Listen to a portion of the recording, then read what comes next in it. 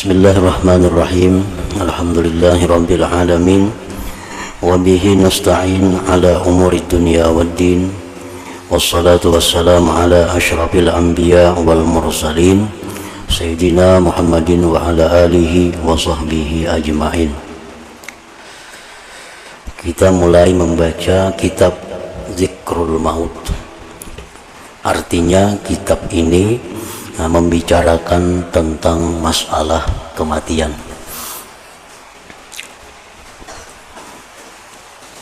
Yang berlanjut dengan hal-hal sesudah kematian. Dan ini merupakan akhir daripada kitab Ihya Ulumuddin. Sebelum kita membaca kitab Zikrul Maut ini, kita terlebih dahulu membaca kitab Al-Mahabbah, yang artinya tentang cinta kepada Allah. Nah, sesudah itu disambung dengan Zikrul Maut, dan itu mengandung tafaul, artinya berharap kepada Allah bahwa kita tidak dimatikan oleh Allah sebelum mencintai dan dicintai oleh Allah Subhanahu wa ta'ala. Nah, jadi kitab Zikrul Maut ini merupakan penutup dari kitab Ihya Ulumuddin. Bismillahirrahmanirrahim. Alhamdulillahilladzi qasama bil mauti riqabal jababirah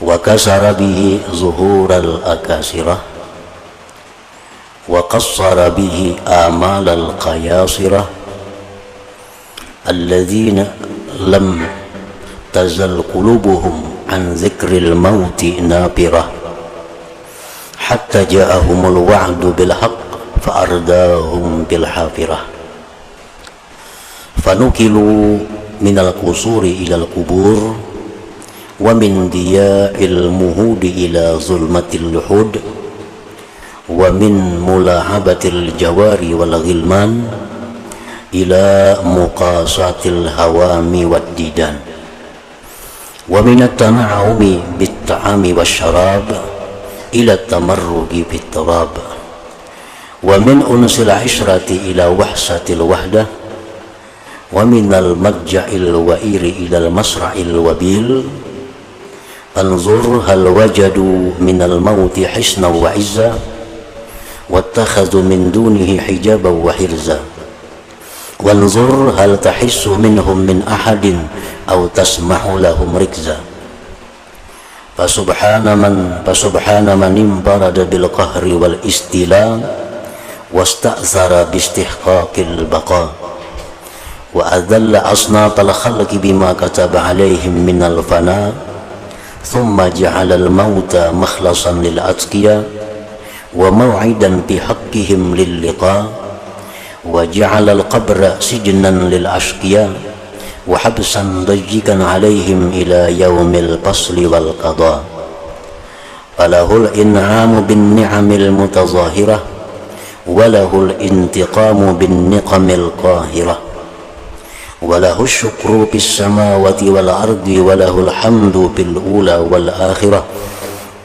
wassalatu ala sayyidina Muhammadin dzil mu'jizatiz zahirah wal ayatil bahirah wa ala alihi wa ashabihi wa sallim tasliman katsira. Amma ba'du. Nah, artinya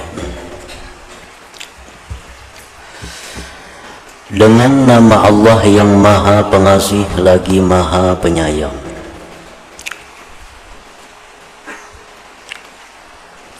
Dengan nama Allah yang Maha Pengasih lagi Maha Penyayang. Jadi Ar-Rahman itu biasanya dipakaikan dengan arti pengasih, karena Ar-Rahman itu untuk dunia dan akhirat, sedangkan Ar-Rahim itu dipakaikan biasanya maknanya penyayang, karena Ar-Rahim ini hanya untuk akhirat. Nah, lalu artinya Allah yang Maha Ar-Rahman, pengasih, artinya bahwa Allah itu mengasih, memberi orang yang dia sayang dan orang yang tidak ia sayang. Allah itu mengasihi, kada pilih kasih kafir dikasihnya, orang Islam dikasihnya, orang fasik zalim dikasihnya, orang takwa dikasihnya. Nah, jadi tidak semua yang dikasih Allah itu menunjukkan disayang oleh Allah. Nah, kalau Ar-Rahim, nah ini Allah Ta'ala itu maha penyayang. Orang yang penyayang, Allah maha penyayang hanya kepada orang-orang yang beriman. Nah, jadi kalau mengasihi, Allah kada pilih kasih. Bisa-bisa makin jahat makin banyak diberi Tuhan. Tapi kalau Allah itu menyayangi, Allah kada sembarang menyayangi orang. Hanya orang-orang tertentu yang disayang oleh Allah Subhanahu wa ta'ala.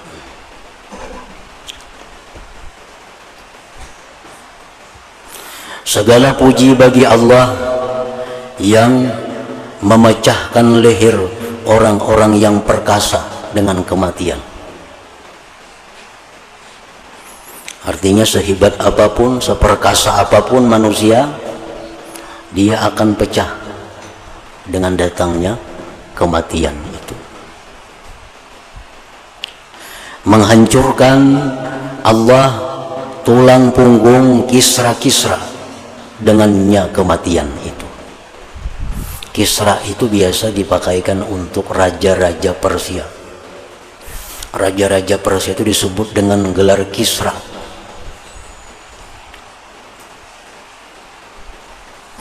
Dan dengannya kematian pula dia Allah memindikkan angan-angan kaisar-kaisar. Kaisar itu biasa dipakaikan untuk raja-raja Romawi. Raja-raja Romawi itu dipakaikan kalimatnya kaisar. Kalau Persia Kisra. Dia Allah memindikkan angan-angan kaisar-kaisar yang hati mereka senantiasa lari dari ingat kematian, sehingga datang kepada mereka janji yang benar, maka menjatuhkan mereka dalam kuburan. Maka mereka itu dipindah dari istana ke kuburan, dari terangnya tempat tidur kepada gelapnya liang lahat, dari bermain-main dengan gadis-gadis dan anak-anak muda dipindah kepada kerasnya penderitaan dengan binatang-binatang kecil dan ulat-ulat, dari merasakan kenikmatan makanan dan minuman dipindah kepada berguling-guling di tanah, dari kejinakan hati dipindah berkumpul kepada keliaran hati karena sendirian, dan dari tempat tidur yang empuk ke tempat jatuh yang keras. Itulah yang disebut dengan kematian tadi atau al-maut itu. Maka perhatikanlah apakah mereka menemukan binting-binting dan kemuliaan dari kematian itu, dan dinding dan penjagaan dari kematian.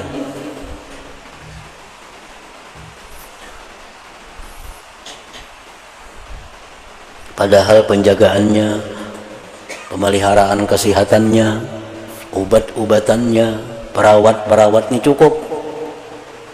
Raja-raja, tapi itu sedikit pun kada akan bisa menunda ajal, menunda kematian. Kada ada pengaruhnya. 1000 bisi perawat menjaga kesehatan. Itu kalau presiden, dokter mata ada spesial, dokter hati ada spesial, dokter tulang ada spesial, dokter hati, jantung, ginjal ada spesial semua. Jadi bila sakit mata panggil dokter mata, sakit gigi dokter gigi panggil. Tapi sekian dokter itu banyak, kada akan bisa menunda ajal yang sudah digariskan oleh Allah Subhanahu wa ta'ala. Jadi baubat itu jangan sedikit ada dalam hati, hendak panjang umur. Baubat itu sebutin aja tujuannya mengurangi sakit, itu aja. Apa baubat? Supaya jangan tapi sakit.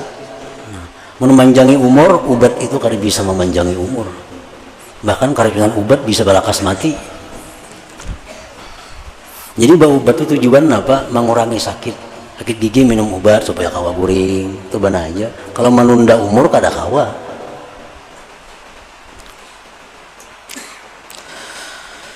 Dan perhatikanlah, adakah kamu melihat seorang pun dari mereka, atau kamu dengar suara mereka yang samar-samar. Kalau sudah mati kada terlihat lagi orangnya, suaranya pun kada terdengar lagi.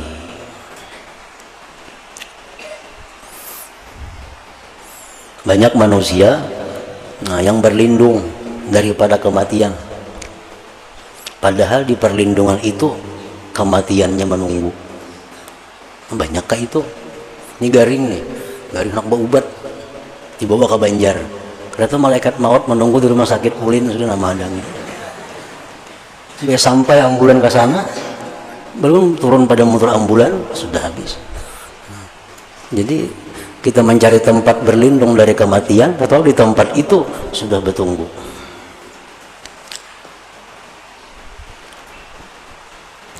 Maka Maha Suci Tuhan yang bersendiri dengan keperkasaan dan kekuasaan, dan mengutamakan dirinya dan hak kekalnya, dan menghinakan semua jenis makhluknya dengan fana kebinasaan. Kemudian menjadikan kematian itu sebagai jalan selamat bagi orang-orang yang bertakwa, dan janji bagi mereka untuk berjumpa dengan Tuhannya. Kematian itu merupakan jalan selamat bagi orang yang takwa. Karena orang takwa, bagaimanapun mereka kelihatan senang hidup dalam dunia, tetap ada merasa kada nyaman. Saraba ada, apa yang kurang sudah kada ada lagi, semuaan cukup. Bagi orang takwa tetap hatinya tuh kada mau nyaman. Kenapa? Karena mereka selalu dihantui, dibayangi menghadapi kematian itu husnul khatimah atau kada. Nah, begitu mereka mati, selesai. Jadi mati itu merupakan jalan selamat, pintu keluar yang baik bagi orang-orang yang takwa tapinya. Allah menjadikan kuburan itu tahanan, penjara bagi orang-orang yang celaka, dan penjara yang sempit atas mereka sampai hari keputusan dan penetapan hari kiamat.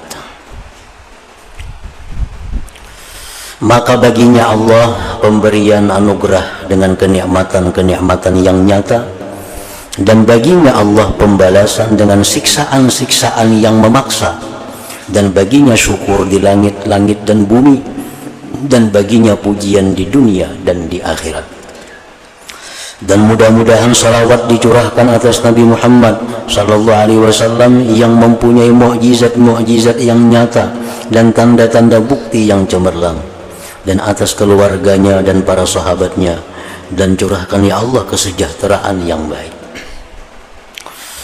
Adapun sesudah itu maka layak dengan orang yang kematian itu tempat jatuhnya, tanah itu tempat tidurnya, ulat itu teman kejinakannya, malaikat munkar dan nakir itu teman duduknya, kuburan itu tempat tinggalnya, perut bumi itu tempat tetapnya, hari kiamat itu janjinya, dan surga atau neraka itu tempat kedatangannya. Nah, semestinya bagi orang yang demikian itu, bahwa tidak ada baginya pikiran kecuali pada kematian. Tidak ada ingatan kecuali padanya. Tidak ada persiapan kecuali baginya kematian. Maka tidak ada pemikiran kecuali padanya kematian. Tidak ada penglihatan kecuali kepadanya kematian. Tidak ada penaikan kecuali atasnya kematian. tidak ada perhatian kecuali dengannya kematian, tidak ada daya kecuali sekitarnya, dan tidak ada penantian dan penungguan kecuali baginya kematian itu. Jadi artinya Imam Ghazali dalam keterangan ini menyampaikan agar bahwa manusia yang bakal mati itu hendaknya mempersiapkan sesegeranya dan persiapan yang sebaik-baiknya tentang kematian itu.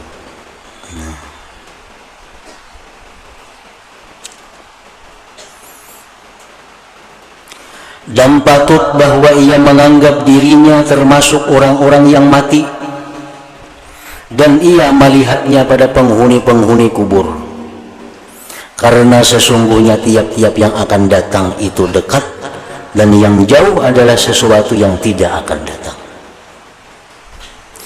Dan Rasulullah Shallallahu Alaihi Wasallam bersabda, al-kayyisu man dana nafsah wa amila lima ba'dal maut. Artinya orang yang pandai itu, ujar Nabi, orang yang pintar itu adalah orang yang mendudukkan dirinya, artinya menghisap dirinya, dan beramal untuk sesuatu sesudah mati. Nah, itu orang yang pintar, ujar Nabi kita. Jadi naik haji itu seringkali dicontohkan dengan orang mati. Musafir haji itu seringkali dicontohkan oleh para ulama-ulama dengan kematian. Nah, kita musafir haji itu atau seumpama haji, musafir apa misalnya, itu pasti kita sebelum musafir itu mempersiapkan segala-galanya untuk kenyamanan musafir itu. Kita pasti tahu sudah menurut jadwal yang ada dari terapil nih, ada jadwalnya sudah. Kita di Banjarmasin kada bermalam, nah di Jakarta mungkin kada bermalam juga, kayaknya di Jeddah bisa bermalam semalaman. Hamba itu hanya kena ke Madinah sekian hari, nah kayaknya di Mekah sekian hari. Nah itu laksana orang yang mati.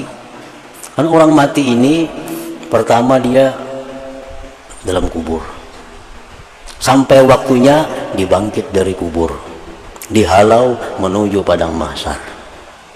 Nah dari padang mahsyar itu dia akan menjalani macam-macam proses, mulai daripada timbang hisab, hitungan, kemudian kena ditimbang amalnya dalam keadaan yang sangat serba sulit. Nah di situ kita pasti memperhitungkan. Orang naik haji tadi memperhitungkan, karena aku mau di Jeddah, mau di Banjar, kada perlu ada baju karena kada bermalam juga. Jadi baju sekan di Banjar kada usah ada. Nah, baju sekan di Jakarta kada perlu ada, karena di Jakarta singgah setumat aja. Nah kayaknya di Jeddah bermalam semalamannya perlu baju. Jadi baju yang di Jeddah ini dibuat di tas nang di tangan aja. Nah kayaknya di Madinah sekian hari ada persiapan semua, kayaknya di Madinah baju sekian hari baru sekian lembar baju, sekian macam persiapan kita. Kayaknya di Mekah sekian hari sudah matang kita persiapkan, mulai berbulan-bulan belum keluar umrah haji sudah ada persiapan itu. Nah jadi itu sebenarnya pelajaran orang mati, pelajaran bagi orang mati. Kita mati pasti menemui malaikat maut Israel. Nah itu pasti ada persiapan-persiapan kayak apa cara supaya selamat menemui Israel ini. Jangan terlalu dipersulitnya, jangan dipersulitnya. Ini Israel ini bisa mempersulit orang mati, bisa mempermudah orang mati. Contoh yang mempersulit kayak apa? Israel ini pertama dia datang dengan wajah yang menyeramkan. Nah ini mempersulitnya sudah nih, wajah yang menakutkan, sehingga hilang ingatan-ingatan kita. Kalau kita hafal kulhu kada hafal lagi gara-gara melihat wajah Israel itu macam itu, orangnya kasar. Nah ini tanda bahwa Israel ini mempersulit. Nah, Israel bisa datang kepada orang dengan mempermudah kematian, dengan wajah yang manis, dengan senyum, dengan bagus. Nah jadi itu diperlukan persiapan kayak apa cara supaya menghadapi Israel ini dengan bagus. Karena dalam kubur munkar nakir dan seterusnya. Nah, jadi ujar Nabi tadi, orang yang pandai itu orang yang sudah memperhitungkan dirinya dan dia sudah bekerja untuk persiapan sesudah mati itu. Nah, untuk persiapan sesudah mati. Jadi kalau berisi duit umpamanya banyak, duit banyak, nah, ini kada perlu kalian bila aku mati undang 10.000 orang, kada perlu itu luput. Yang paling baik itu 10 juta itu lagi hidup, lagi sigar, nah amalkan jariah. Itu kayaknya yang wafat mesti berdua ini bayangkan kada jadi soal. Ini kesayangan di duit, mati hanya melapas duit.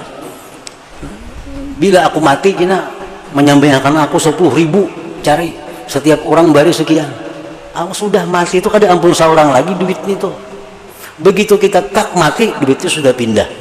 Harta semuaan sudah pindah, kada ampun kita lagi. Mewarisnya hakul, ya hakul yang jawab aku kada hendak kebanyakan malon bisa kada jadi. Itu tergantung waris kan ampun waris. Itu harta. Nah, jadi duit sekian banyak itu lebih baik sihat belum mati kalau warakan berdahulu. Jangan menunggu mati. Bila menunggu mati pahalanya kada seorang lagi nang sempurna. Itu ahli waris nang pol dapat pahalanya karena harta-harta ahli waris.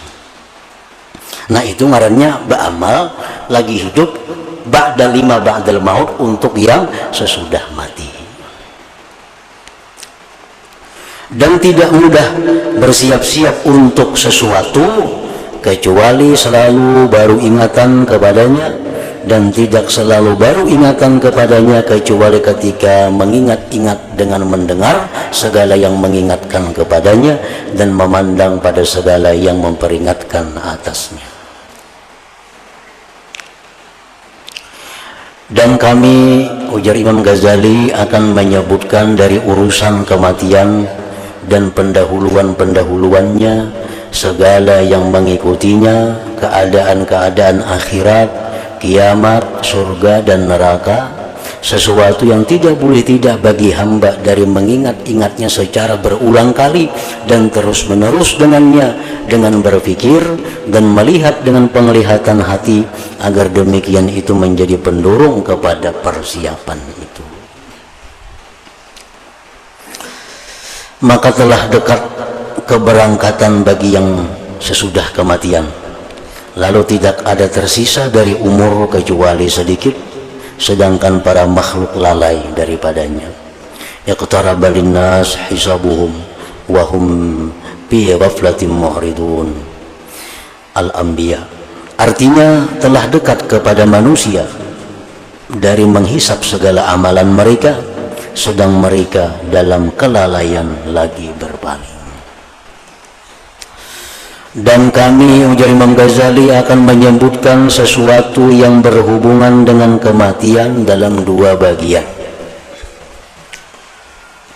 Bagian pertama tentang pendahuluan-pendahuluannya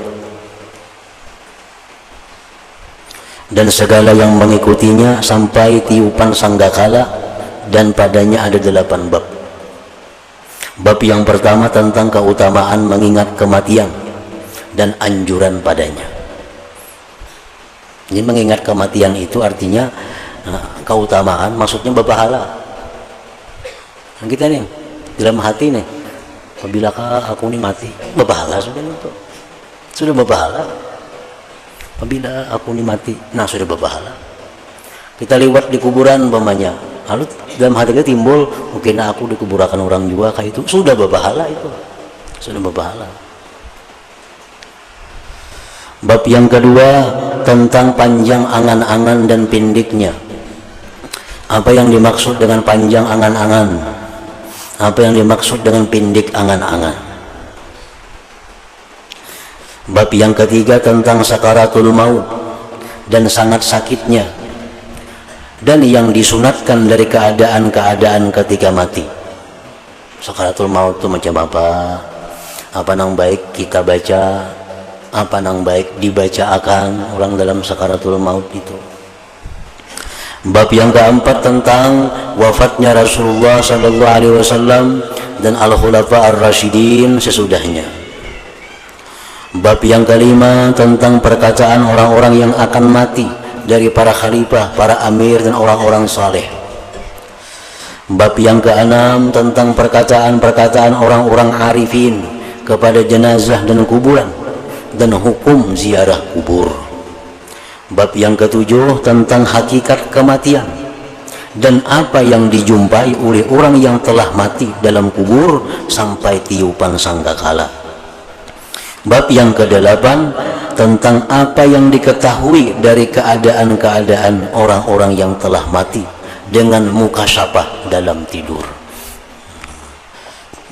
Kisah-kisah tentang aulia-aulia Allah yang diperlihatkan Tuhan orang-orang yang ada di dalam kubur itu.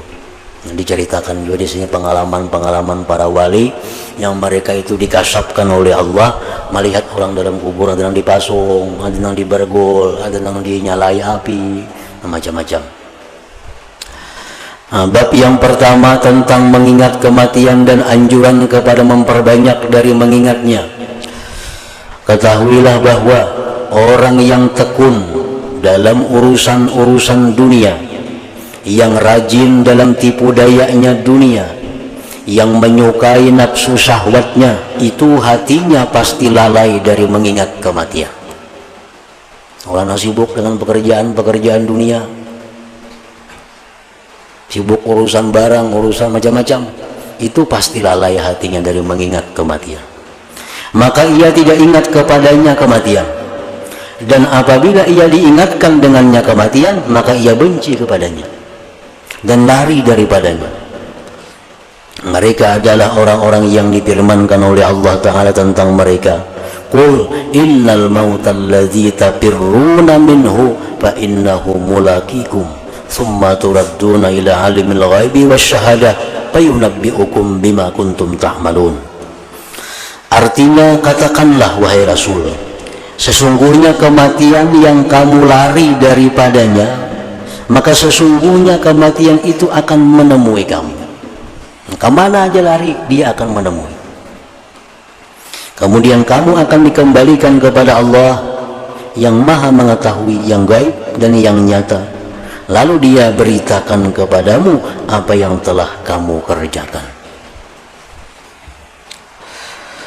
Kemudian manusia itu ada kalanya orang yang tekun dalam hal urusan dunia, sibuk dalam urusan dunia. Dan ada kalanya orang yang bertobat, yang baru permulaan. Dan ada kalanya orang yang sudah ma'rifat. Jadi 3 macam manusia. Satu ada orang awam, yang kedua ada orang yang disebut ngarannya salikin, yang ketiga ada orang yang disebut ngarannya arifin, ma'rifat. Adapun orang yang tekun dalam urusan dunia, maka ia tidak mengingat akan kematian. Buktinya kada mengingat kematian apa? Wani berhutang sampai setahun, berhutang kredit, itu tanda kada ingat kematian. Ada yang berhutang sampai 5 tahun kredit hanya punah, itu bukti kada ingat mati. Jangan aja ingat mati seminggu lagi, mau 5 tahun kreditnya pasti kada mau. Nah, orang yang wani mengkredit sampai 10 tahun, 5 tahun, itu bukti bahwa dia kada ingat kematian. Kalaupun jadi ingat sambatannya, tapi hakikatnya kada ingat. Nyakanya ingat kada waninya, kada wani kayak itu bang. Kayak sahabat Nabi siapa, Usama. Nah, waktu itu berhutang beberapa hari. Nah, lalu Nabi mengumuman bahwa ujar Nabi, Usama ini panjang angan-angan karena wani berhutang sampai sekian hari.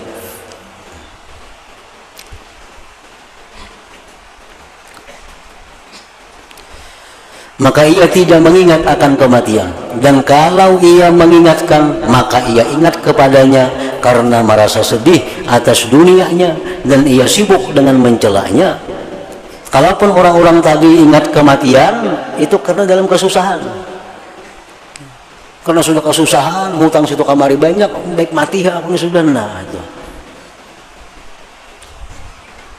Dan orang ini mengingat kematian menambah jauh dari Allah Subhanahu wa Ta'ala. Nah, ini orang-orang yang dicela, orang-orang yang tercela, orang-orang yang akan menemui susah payah sesudah dia matinya. Adapun orang yang bertobat maka sesungguhnya ia memperbanyak dari mengingat kematian agar dengannya terbangkit dari hatinya rasa takut dan khasyah. Lalu ia menepati dengan sempurnanya tobat, dan kadang-kadang ia benci kepada kematian karena takut bahwa ia disambarnya oleh kematian sebelum sempurna tobatnya dan sebelum membaikkan bekal. Orang-orang salikin, orang-orang yang sudah tobat ini kadang-kadang ini kada hakun jauh mati karena masih belum banyak amal, sambil memperbaiki diri. Ini sudah tobat, nah hutang situ kampanye sudah dilunasinya, segala macam sudah dibiriskannya. Ini paling takutkan kalau mati wah ini karena belum biris semuaan lagi, sembahyang belum tungtung mengadai, puasa belum tungtung mengadai lagi. Nah ini paling takutan mati. Nah jadi orang salikin itu mau jualnya takutan lawan kematian itu, kada suka dengan kematian, dan ia dimaafkan pada kebencian kepada kematian. Nah orang yang sudah salikin tadi kalau ia benci mati itu dimaafkan, dan orang ini tidak termasuk di bawah sabda Rasulullah SAW, man kariha lika Allah karihallah lika'ahu. Artinya barang siapa tidak menyukai perjumpaan dengan Allah, niscaya Allah tidak menyukai perjumpaan dengannya. Orang yang kada suka bertemu Allah, Allah pun kada akan suka bertemu dia. Nah nang dicela itu adalah orang nang kada hendak mati karena masih nyaman hidup dalam dunia, menikmati kenikmatan dunia. Nah ini nang dicela. Saraba ada kada tenang kurang, awaknya saraba sihat, semua kada ada gangguan. Nah karena ini kenyamanan dalam dunia, ini paling kada hendak mati. Nah ini kayaknya bila mati lapah, sakit. Kenapa? Karena Allah kada suka bertemu dia. Tapi kalau ini kada hendak mati, wah ini kada hendak, karena masih banyak dosa, masih dalam tahap memperbaiki diri, masih dalam tahap menuntut ilmu, kayak naga dulu matinya kada suka mati. Nah ini kebenciannya kepada mati dimaafkan itu.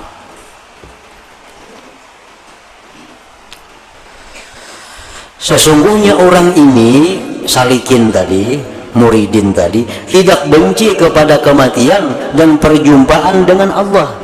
Hanya saja ia takut kehilangan perjumpaan dengan Allah karena kekurangannya dan ketaksirannya.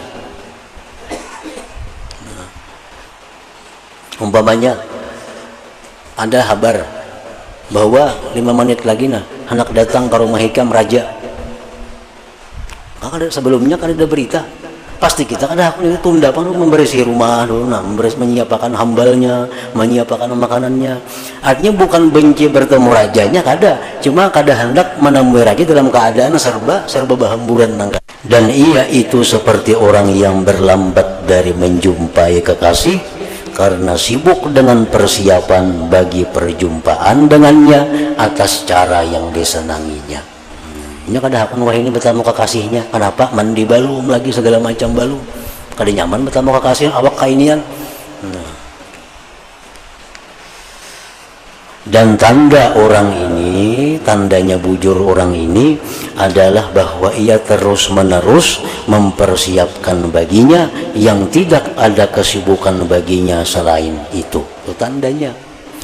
Tandanya kayak itu. Kok kada hakun wah ini mati banyak dosa lagi. Ini bisa bujur, bisa dari syaitan. Nang bujur kayak apa? Bilanya bujur tentunya mulai itu sudah sibuk dengan urusan-urusan keagamaan, mengurangi kegiatan dunianya, mengurangi ininya, menambah amaliyahnya. Karena ini mempersiapkan diri untuk kematian. Bila ujarnya mati itu kayaknya dulu masih kada baik lagi diri, tapi kada meningkatkan amaliyah, nah berarti itu dari tipu daya syaitan. Ini yang banyak kita ditipu oleh syaitan. Padahal sebenarnya kita bukan karena itu benci mati, tapi karena nyaman di dalam dunia ini. Nah, tanda orang ini adalah bahwa ia terus-menerus mempersiapkan baginya yang tidak ada kesibukan baginya selain itu. Kalau tidak, maka ia dihubungkan dengan orang yang tekun dalam urusan dunia. Ngarannya sama nang kayak tadi, orang naraja nak datang ke hakun kada lagi 5 menit datang raja hakun lagi mah kada hendak mau ini kada siap lagi handangin dulu sejam-jam lagi kawalah. Nah, tentu dalam sejam punya bersiap-siap. Nah, bersih rumah sama itu ini dalam sejam itu. Amun dalam sejam tuh kada bersiap-siap juga berarti kada hendak bertemu raja warangarannya, bukan karena bersiap-siap. Nah, kayak itu juga orang yang benci kematian. Kalau benci kematian itu karena dirinya masih kotor, masih dalam tahap memperbaiki, maka itu dimaafkan.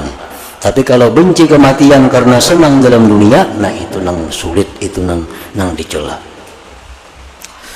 Adapun orang yang ma'rifah kepada Allah, maka ia mengingat kematian dengan terus-menerus, karena kematian adalah janji bagi perjumpaan dengan kekasihnya. Dan orang yang mencintai itu tidak akan lupa sama sekali akan janji perjumpaan orang yang dicintainya. Orang ini pada kebiasaan perkara, ia merasakan lambat datangnya kematian dan menyukai datangnya agar ia terlepas dari negeri orang-orang yang maksiat dan berpindah ke sisi Tuhan Rabbul Alamin. Sebagaimana diriwayatkan dari Hudzaifah bahwa ketika beliau mendekati kematian, maka beliau berkata, kekasih datang atas kefakiran, tidak beruntung orang yang menyesal. Ya Allah, jika menurut pengetahuanmu bahwa kefakiran itu lebih saya sukai daripada kekayaan, dan sakit itu lebih saya sukai daripada sihat, dan kematian itu lebih saya sukai daripada kehidupan, maka mudahkanlah kematian atasku sehingga saya bisa berjumpa denganmu.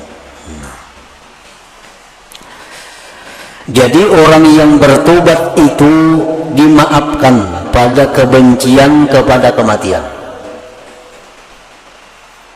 Tobat itu perlu waktu, nang kada setumat. Tobat itu hanya selesai. Coba bayangkan kita pernah memfitnah sekian banyak manusia, itu perlu waktu mencari orang-orangnya untuk minta halal, minta maaf. Kita menggibah sekian orang manusia, perlu berhari-hari, berbulan-bulan mencari orang-orangnya untuk minta halal. Kita pernah menipu orang, nah perlu berapa untuk menyelesaikan itu? Belum sekian tahun kada bersembahyangan, mangkadai berapa bulan hanya habis. Nah, jadi tobat ini perlu waktu yang panjang. Dan ini kada hendak mati itu datang kalau belum selesai urusan tobatnya ini. Nah, itu dimaafkan. Inya benci kematian karena urusan tobatnya belum beres. Dan orang ini dimaafkan pada menyukai kematian.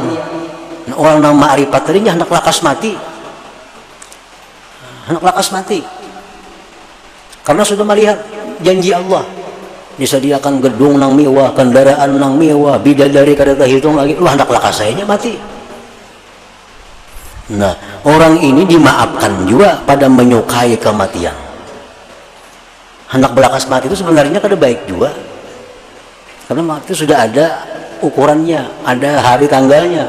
Jadi hendak memperlambat kematian itu kada baik, kecuali orang tobat tadi bagus. Nah, melakasakan mati kada baik juga kecuali bagi orang arif. Nah, karena sudah kenal lawan Tuhan itu dimaafkan juga kalau nya hendak lakas mati. Dan yang paling tinggi kedudukannya di antara keduanya adalah orang yang menyerahkan urusannya kepada Allah Ta'ala, maka ia tidak memilih baginya dirinya mati maupun hidup. Bahkan perkara yang paling disukai olehnya adalah yang paling disukai oleh Tuhannya. Aku minta hendak mati kada juga, minta panjang umur kada juga, masalah Tuhan aja. Nah, ini orang yang sudah kedudukan yang tinggi di sisi Allah Subhanahu wa Ta'ala. Maka orang ini telah sampai dengan bersangatan cinta dan setia kepada makam at-taslim dan ridha, dan itu puncak dan akhir dari segala makam-makam yang ada. Dan atas setiap keadaan, maka pada mengingat kematian ada pahala dan keutamaan. Karena bahwasanya orang yang tekun dalam urusan dunia juga memperoleh faidah dengan mengingat kematian. Orang yang sibuk-sibuk dunia itu pun ini ada untungnya bila ingat mati. Dengan mengingat kematian akan keranggangan dari urusan dunia, karena menjadi susah atasnya kenikmatannya dan keruh atasnya kemurnian kelezatan dunia. Dan setiap yang mengeruhkan atas manusia akan kelezatan dan nafsu syahwatnya, maka itu adalah termasuk sebab-sebab keselamatannya di akhirat kelak. Nah, penjelasan tentang keutamaan mengingat kematian bagaimanapun keadaannya.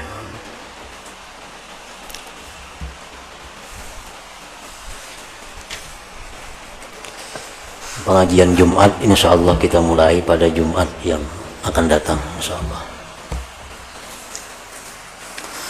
Afdalul dzikri fa'lam annahu la ilaha illallah Muhammadur Rasulullah, la ilaha illallah Muhammadur Rasulullah, la ilaha illallah Muhammadur Rasulullah, la ilaha illallah, la ilaha illallah, la ilaha illallah, la ilaha illallah, la ilaha illallah.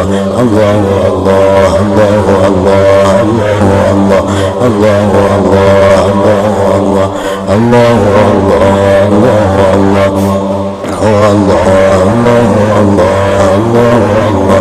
Allahu Allah,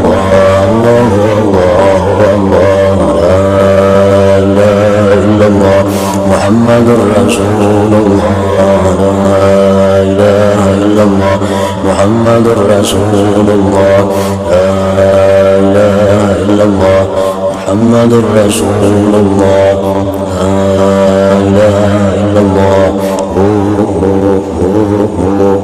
Al-Fatihah. Ar-Rahmanur Rahim. Iyyaka na'budu wa iyyaka nasta'in. فيا أيها الرجل منه شفاعة صلوا عليه وسلموا تسليما اللهم صل وسلم